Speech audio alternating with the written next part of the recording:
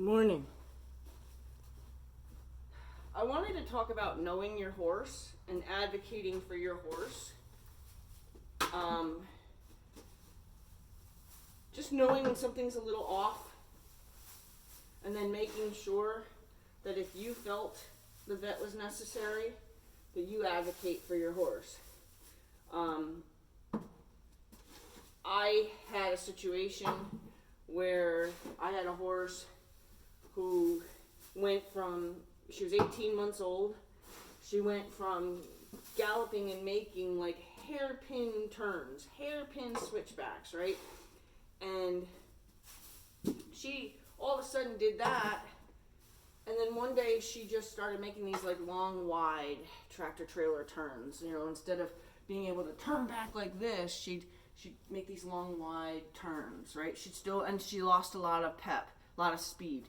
She also would, if she wanted to look at you, if you were standing back by her flank, she'd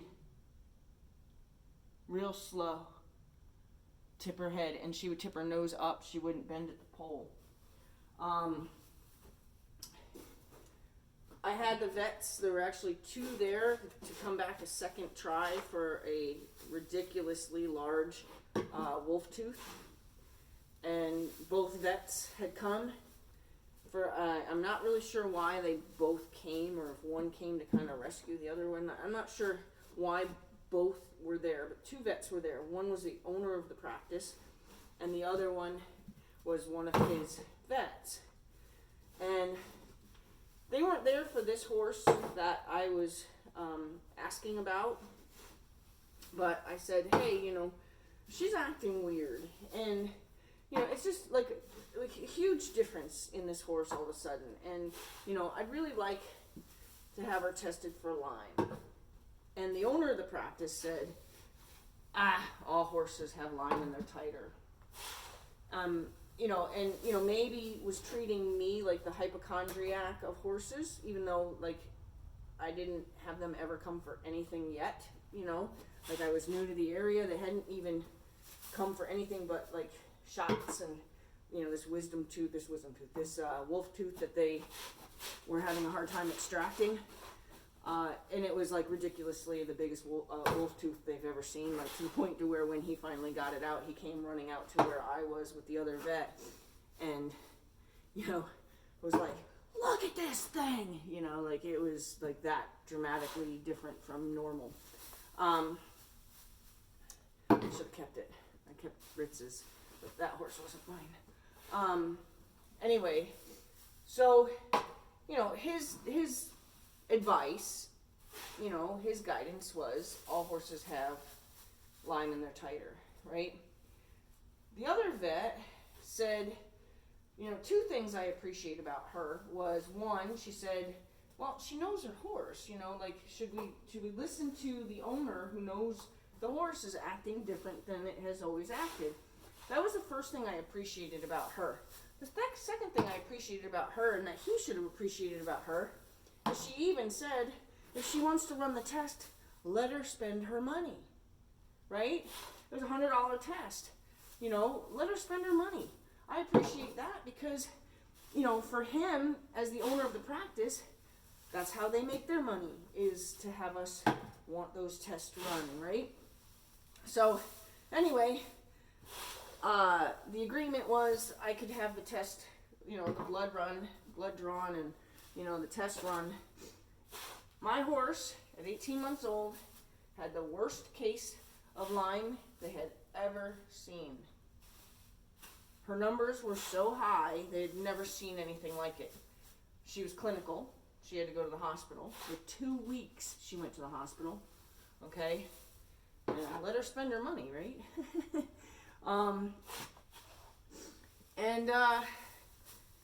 Thank God. Like, you have a vet that's going to advocate for you. You have a vet that's going to advocate for your horse. You have a vet that's going to listen to what you know about your horse.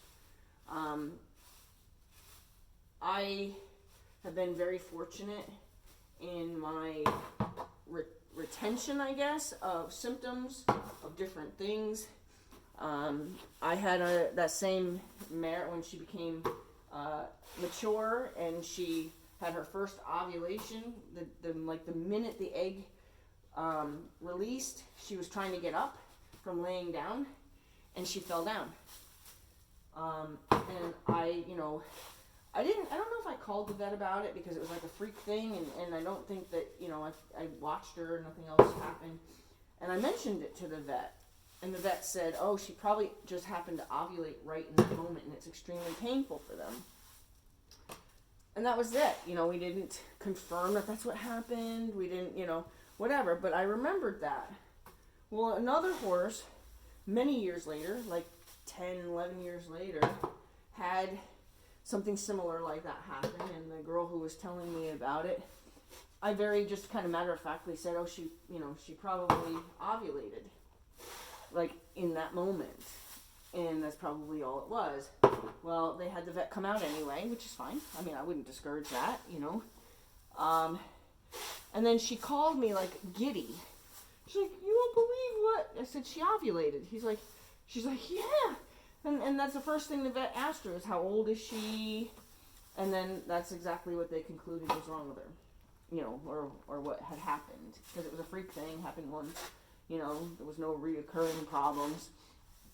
And so it's just kind of, I love that, like, I've been lucky enough to retain stuff like that and be able to kind of almost have, like, that set my mind at ease experience. Another horse at that farm, the girl, luckily, she's a really good barn manager. She was noticing something was off about one of the horses. She noticed, like, one of the horses looked like it was kind of feeling sorry for itself. And not per my first request did she do so, but I said, take that horse's temperature. I went and looked at the horse, and I, quickly said, take this horse's temperature. You need to take this horse's temperature.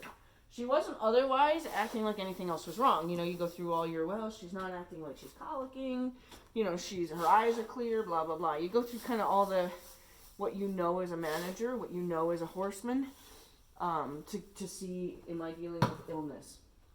There was nothing else to indicate really illness except for this, just the horse looking like it was feeling sorry for itself. Like I said, she didn't she didn't take the horse's temperature while I was there, but she took the horse's temperature when I left, which was like maybe 2 hours later.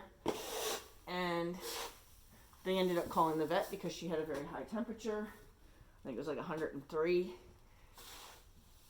And so she called me and said, oh my God, I took her temperature and you were right. She did have a high fever. The vet's on its way. On his way. And so they came, whatever, they diagnosed it. And then she called me. She goes, you know what she had? And I told her. And she goes, yeah, how'd you know? I said, because that's the only other thing that I know would have a spiked fever like that and have no other symptoms. No other like major symptoms. And the horse had what I guess is not very well known around here, had tick fever. Or maybe like how it's called up north is tick fever. But here's the thing with tick fever. The reason I knew what was wrong with that horse was because I had a horse present the same way. I was with my husband when he was just a new boyfriend, and he was just kind of walking with me while I was taking horses out. And my horse Ritz, who I've owned since he was 2 months old, he was not, I don't want to say he was walking drunk, but he was kind of walking what seemed maybe mildly unstable, so maybe like a little buzzed, it seemed, like he had kind of like a little bit of an unstable walk. And he was breathing a little harder. But here's the thing, I had just fly sprayed all the horses up by the door that we were approaching, so was he breathing harder because he was just now smelling the strength of the fly spray that we're approaching? The strength of the aroma. So easily could have been written off as being that's what he was doing. And I'm like, can you hold him for a second? And, you know, my husband was just my boyfriend at the time. He was very new to me and certainly didn't know anything about horses at that time. So here I'm leaving my horse with him. So that put a little pep in my step, too, to go get the thermometer quickly. I went and got the thermometer, and all of a sudden, it is running through the numbers. And I'm sitting there going, oh my God, oh my God, oh my God. 105.9. My horse otherwise was not exhibiting any other symptoms of anything wrong. His eyes weren't glassy. He wasn't, you know, acting in any way otherwise like something was wrong. I went in a panic, called the vet, and then took him straight outside and started cold hosing him, hoping to see if even just outside influence could lower his temperature. You know, the vet shows up, and before even really greeting us, she went straight to take his temperature, because he's standing there while we were waiting, and I'm hosing him. He's playing with the hose. He's acting completely normal. I guarantee you, had she been there with the intention of giving shots that day, and I was the first horse she approached, she probably would have said, here, let me give him his shots right now, while, you know, before I go into the barn and get the rest of them. I guarantee you that horse would have passed on glance as a horse that could have been healthy enough to have been inoculated in that moment, okay? So she took his temperature, and then after it went to 105.9 again. She goes, if I didn't just do that, if I didn't just take his temperature, I would have never believed it. I would have never believed this horse had this high of a temperature. Okay? So that was another tick fever case. That was my first tick fever case. So that's how I knew that other horse, who showed no other signs of anything else, but definitely had somebody who knew the horse worried enough to say something's off, looking like she's feeling a little sorry for herself. My automatic thing is always to check the temperature first, you know, in case you are dealing with illness, infection, or whatever. But also, the other thing that I want you to know about this particular illness is it doesn't present the same in each horse. Okay? I had another horse who I was paying attention to. So I wrote about this. So this is in, you know, this is in like a story form. But those of you who don't like to read but like to, you know, learn stuff and learn best through video or, you know, visual learning. That's why I decided I'll do it as a video also.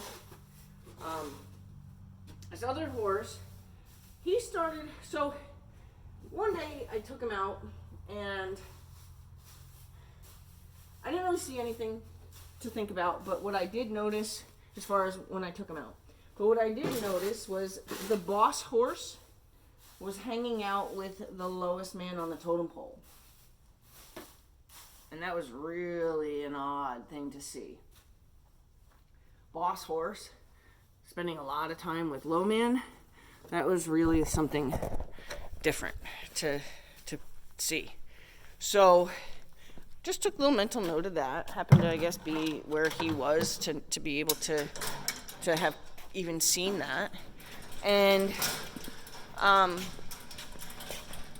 he came in that night. I don't think that night I really noticed much. Maybe he started to kind of scuff his front feet. And he always kind of dragged his back feet, so I never really thought much of back feet dragging, but he and I mean, like, not drag, that's the wrong statement to say dragged his back feet, but he always kind of scuffed his back toes. And he didn't have stifle issues, it's just something he did. But anyway, I think he came in and I put him away, whatever. The next morning, I noticed that he was kind of clipping his front toe. I would even say like dragging his front feet a little bit. And that was all I noticed. Nothing major, just all I noticed was a little like kind of lazy, and like, and I probably even said to him, and I wouldn't even doubt for a second that I said to him, like, pick up your feet, man, you know,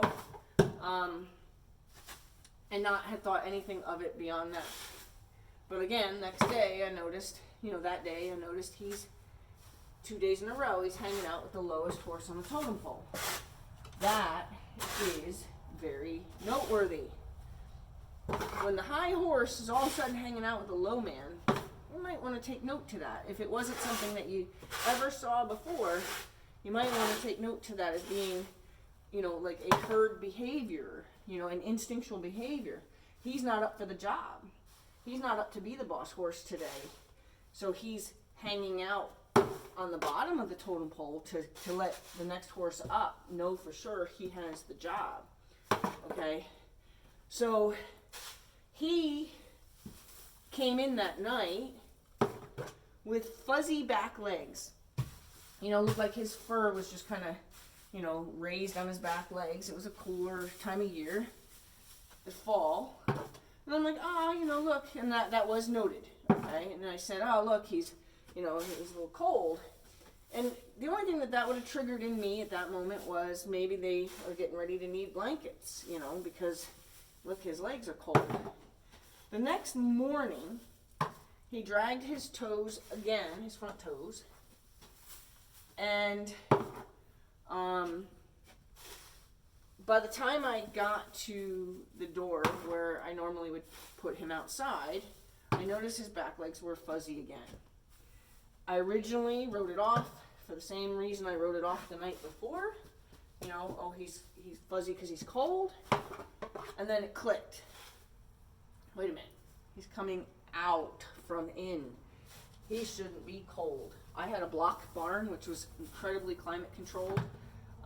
There's no way this horse is cold right now. No way. You could wear a t-shirt in the winter in my barn. So no way was he cold. So that was and then I pressed into what looked like fuzzy legs, and turned out it was like edema. So now I've got a horse with swollen back legs. He's kind of dragging his feet. He's been hanging out with the low man the last 2 days. Something's wrong. Nothing else would have indicated something was wrong with this horse. He was otherwise acting fine. If you were just in glancing observation of him.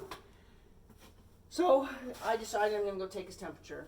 That's my go-to. I always take the temperature first. Plus, anytime you have to call the vet, they're going to want to know, does he have a fever? And it's like the first thing they ask.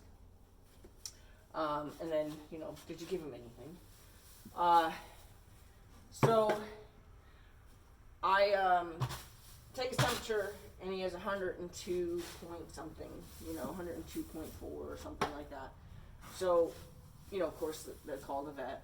Come out, exact same illness, presented completely different. It's tick fever, presented completely different.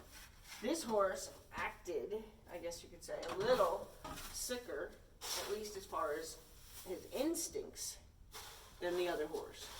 And then he had more of a physical demonstration of something's going on with my temperature. Okay?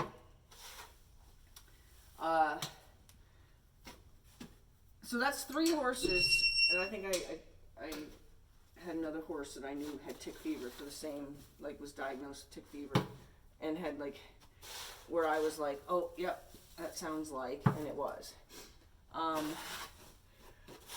I've been very, very lucky that I've been able to remember symptoms even to the littlest degree. I had a horse come to me, or that was staying with me, and she was a senior horse, and the vet was there for something. I'm gonna think the vet was there to determine whether or not we should put her in Adequan. She was a senior horse, and she had a bad hip, and I think that's what we were doing. We were getting her officially diagnosed to need Adequan or something. I'm not sure. So while with the vet, I actually feel like I had approached them. I don't think I was originally just standing with them, the owner and the vet. Same vet that said I could spend my money, thank God. And I'm really grateful it was that vet for this particular thing too. The horse had maybe like the size of a coffee cup opening, right? Little tiny patch on her neck that had a little wave. Like the hair was just a little wavy, but almost like looked like, maybe a little patch of sweat, or maybe she rubbed against something wet and then it dried like that. It was kind of like that. I think anyone else, and I'm not trying to say that I'm like special, but I think anyone else would have just seen that as, maybe she rubbed against a wet fence and it dried, kind of like a little patch there. But so I said to the vet, I said, is that possible that could be like the first sign of Cushing's? No other sign, like she wasn't heavy coated or anything like that. We had no other reason to believe this horse was suddenly going to be a Cushingoid horse. But I don't know, just something said to me, you think maybe that could be a sign of Cushing's, like an early sign of Cushing's. And luckily again, this was a vet that said, let people spend their money. And she let us spend her money, and they tested her for Cushing's, and she tested positive for Cushing's. I diagnosed another horse with Cushing's when it was more minimal. I say diagnosed, I'm not a vet, and I suggested another horse had Cushing's, and the owner didn't listen, and the horse was in their late 20s before the horse was diagnosed, and she was well into her Cushing's disease. Well into the Cushing's disease by the time they diagnosed her.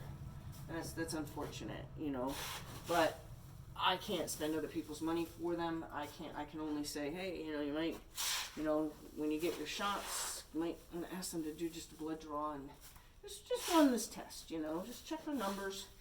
She might have Cushing's. So we got real lucky with this other mare. She was in her late 20s. She was in her mid 20s at the time, and she lived to be 30. And without any complications, she stayed on a very, very mild dose of Pergolide, and we were able to keep it managed. She never needed her body clipped. She never needed any kind of the only thing that I needed to do with her was when the weather wasn't quite cold, where coming into the barn wasn't such a big transition. So like coming into the barn when it was like fall was hard on her, because as her body naturally developed a winter coat, Cushingoid horses can't regulate their temperature. It's a pituitary problem, and so she would overheat. So that was the only thing that I had to do management-wise for her was I had to be real careful with blankets, and certain time of the year, she actually had to live out in the shed with her partner. They just didn't come in because it was the only way to keep her from overheating. Other than that, she was fine. Let's see. EPM, I diagnosed EPM. Nope, sorry.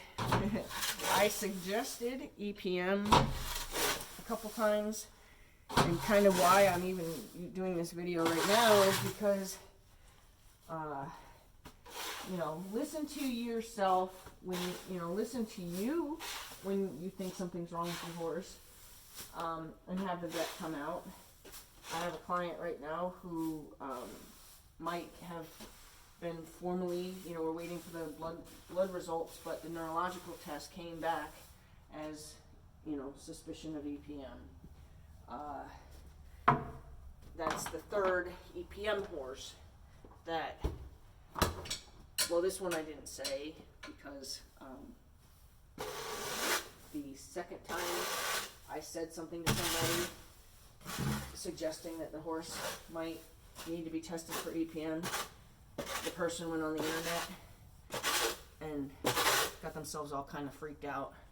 So I learned my lesson that day, that as far as like EPM, like the major things, as much as I suspect it, as long as I get the vet, as long as I encourage the person to get the vet out, hopefully the vet will take the lead on looking for EPM, because I don't want to freak anybody else out. So when I was told that, you know, it's a neurological exam, you know, leans towards EPM, they're waiting for the, you know, that's when I'll say, hey, I kind of suspected that too, but I didn't want to freak you out. If I thought the person wasn't going to call the vet, then maybe I would go as far as say, hey, seriously, I think something, you know, he's a little weak, and little disconnected mentally from his back end. Maybe you should have the vet check for EPM. It's the only time now that I would do that. Otherwise, I would just say, hey, you know, before you write off, you know, things that he's doing as behavioral, let's look for pain first, or look for illness first, and then you can start addressing pain, behavioral. But never start behavioral. Always start with eliminating pain first, or illness. Okay, so this was kind of a pat on my back story, as well as a, you know, listen to your horse. Make sure you and your vet advocate for your horse. Make sure your vet advocates for you as an owner, knowing your horse. And if your gut says, I really want this test, and you have a vet that doesn't want to run the test, and you're not lucky enough to have another vet stand up for you, stand up for yourself, or get another vet. You know, either say, I'm sorry that you don't think it's possible that this is what my horse has.